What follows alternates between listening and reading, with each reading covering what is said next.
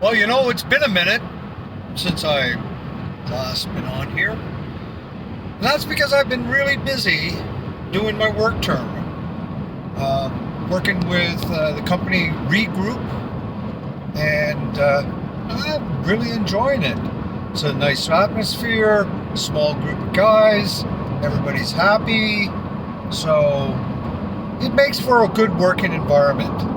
And I've been job shadowing with a guy who's taught me how to redo these waste bins.